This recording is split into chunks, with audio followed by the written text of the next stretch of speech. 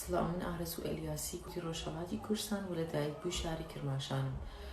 ڕاستەوخۆ ئەندامی حیزبی دیموکراتی کوردستان یەکێتی لاوانی ڕۆژهەڵاتی کوردستان و یەکێتی ژنانی دیموکراتی ڕۆژهەڵاتی کوردستان لە وڵاتی سویسم.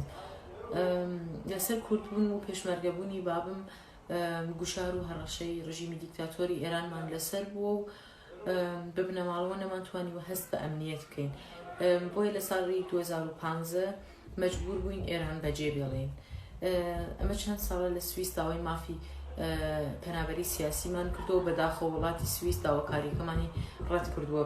بۆ تاریخی 31 جولای بۆ دیپۆرتکردنی من بۆ ئێران دیاری کردووە. من فعالێکی سیاسی و حقوقی بەشەریم و ئەگەر بۆ ئێران دیپۆرت بکرێمەوە هیچ ئەمنیەتێکی گیانیم نییە.